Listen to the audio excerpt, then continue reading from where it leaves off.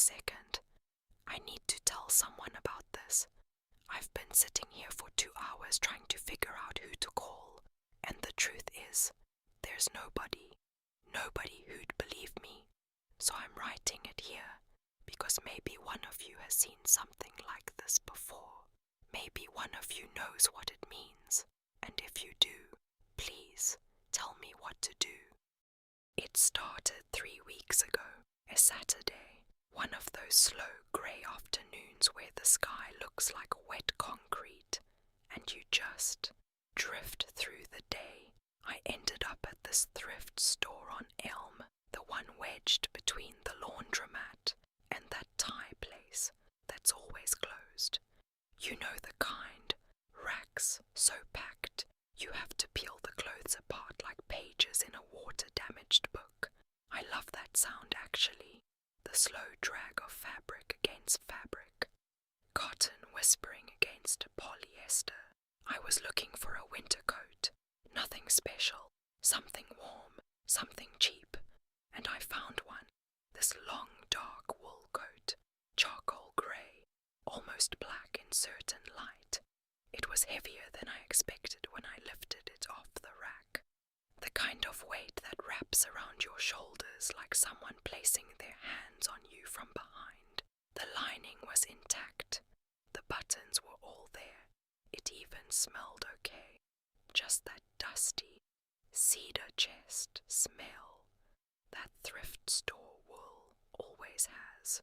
I tried it on in front of one of those cloudy, full-length mirrors they bolt to the wall, and it fit perfectly, almost too perfectly.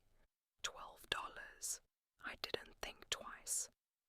I got home, tossed the coat over my chair, made some tea. Normal evening. I read for a while, fell asleep on the couch with the lamp still on. The next morning I picked up the coat to hang it in the closet, and that's when I saw it. A single thread, bright red, not dark red, not maroon, red like arterial blood, like a warning light, like something that absolutely should not be on a charcoal wool coat. It was about 4 inches long, just resting on the shoulder, clinging there. I pinched it between my fingers and pulled. It came away clean. I rolled it between my thumb and index finger. Smooth, almost silky. Not wool, not cotton. I dropped it in the trash and forgot about it. That was my first mistake. 2 days later, I woke up and found a red thread on my pillow. Same thread, same impossible red, same silky texture.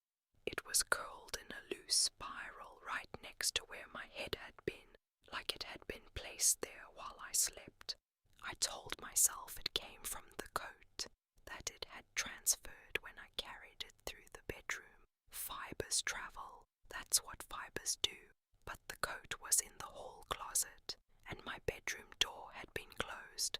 I threw it away, washed my pillowcase, went to work, came home, found another one.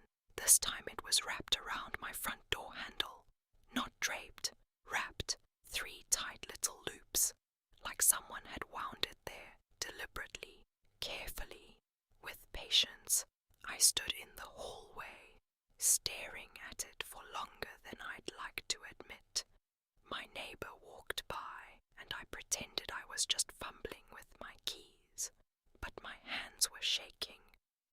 Over the next week, the threads kept appearing, one hanging from my bathroom mirror, one threaded through the handle of my coffee mug, through it, like someone had stitched it, while the mug sat in the cabinet overnight, one coiled on the passenger seat of my car, and I know that car was locked. Each one was a little longer than the last, 4 inches, 6 inches, 9 inches, a foot. I started keeping them. I don't know why. I put them in a mason jar on my kitchen counter, and every evening there'd be a new one, and I'd drop it in with the others. The jar started to look like it was filling with thin red veins, like something alive was growing inside the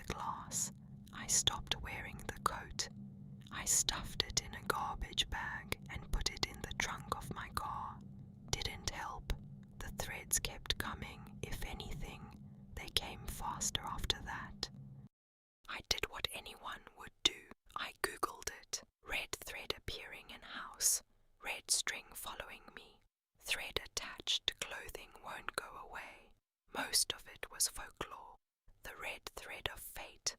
That old East Asian belief that an invisible red thread connects people who are destined to meet. Romantic, right? Except the thread on my door handle at 3 in the morning didn't feel romantic. It felt like surveillance. There was one forum post, buried deep, someone describing the same thing. Red thread, thrift store purchase, threads appearing in impossible places. The post was 4 years old. The account was deleted. The only reply said, "Go back to where you got it. Look in the back." That was it. No follow-up. No resolution. I read that reply 11 times.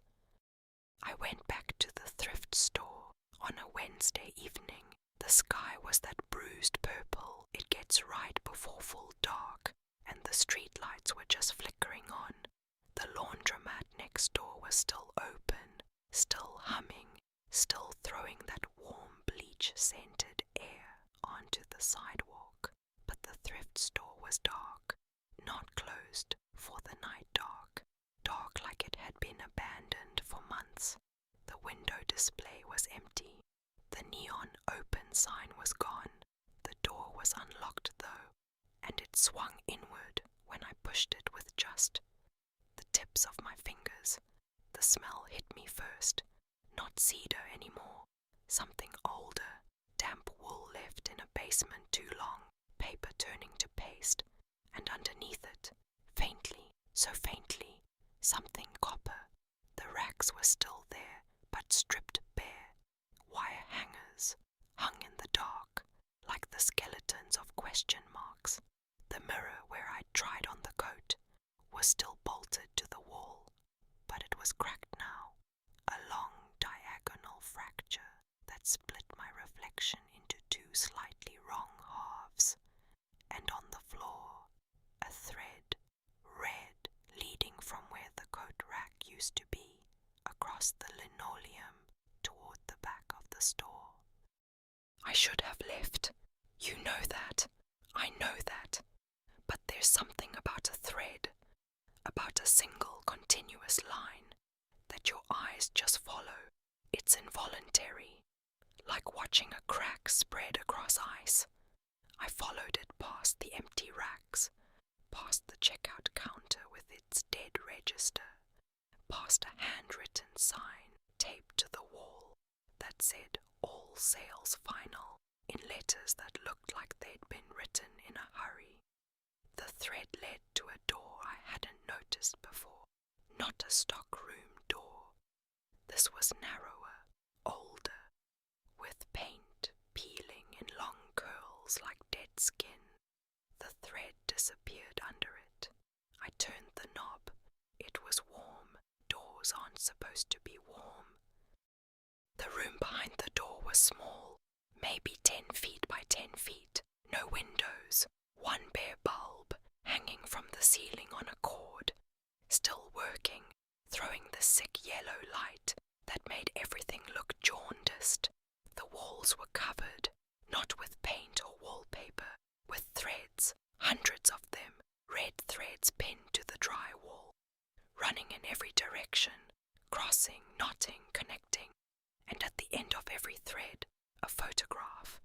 Polaroids, dozens of them, pinned at eye level, arranged in clusters, each one connected to 2 or 3 or 5 threads that ran to other photographs on other walls. A web, a network, a system. I stepped closer. The photographs were all different people. A woman getting into her car. A man reading at a bus stop. A teenager walking a dog. All taken from a distance. All taken without their knowledge. And every single photograph had a small red dot, like a laser point, right over the subject's heart. I counted 37 photographs. Some of them were faded, yellowed at the edges, those ones. The threads connecting them were slack, drooping, almost grey. I think those people are gone now. I almost missed it.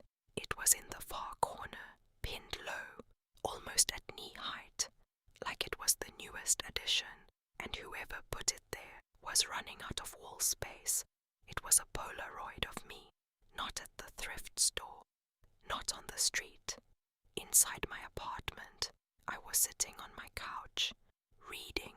The lamp was on, the same lamp I always leave on when I fall asleep. The angle was wrong though, too high, like it was taken from the ceiling, or from somewhere just above my bookshelf. Looking down, I was wearing the coat, and from the photograph, a single red thread ran outward, taut, vibrating almost, like a nerve, and connected to 3 other photographs on the opposite wall. People I've never seen, people in their own apartments, their own cars, their own lives, all connected to me now by this thin red line that I can't cut, can't burn, can't escape. I pulled the photo off the wall. The pin left a small hole in the drywall, and from that hole, a new thread started to emerge, slowly, like something behind the wall was feeding it through. I ran. That was 2 days ago. I'm sitting in my apartment now. I haven't slept. The Polaroid is on my kitchen table, next to the mason jar full of threads. I keep looking at it, and I keep looking at the corner of the room, the spot above the bookshelf, where the photo was taken from. There's nothing there, no camera, no hole, no thread, but there's a feeling. You know the feeling, when you're alone and the silence gets thick and your skin starts to prickle, and some ancient, lizard brain part of you whispers, you are being watched. I checked the coat one more time before I wrote this, pulled it out of the garbage bag in my trunk. I don't know what I was looking for. Proof, maybe. An explanation. A tag with a name on it. There was no tag. There was never a tag. But inside the left pocket, folded into a square no bigger than a postage stamp, I found a piece of paper. Old, thin, almost translucent. And on it, in handwriting that was neat and small and somehow familiar, like I'd seen it before in a dream, were 2 words. Wear it. The thread appeared on my wrist this morning, not on a surface, not on an object, on my skin, wrapped once around my left wrist, loose enough to move, tight enough that I know it's there. I can't pull it off. I've tried. If anyone knows what this is, if anyone has found a thread like this, please, I don't want to be one of the faded photographs. I don't want my threads to go slack. I don't want to disappear. And that is where the story ends. For now. Thank you for listening. Thank you for staying close. If you're lying in the dark right now, it's okay. You're safe. Whatever's in the shadows is just furniture and dust and the ordinary shape of your room. Probably. Sleep well. I'll be here next time with another story.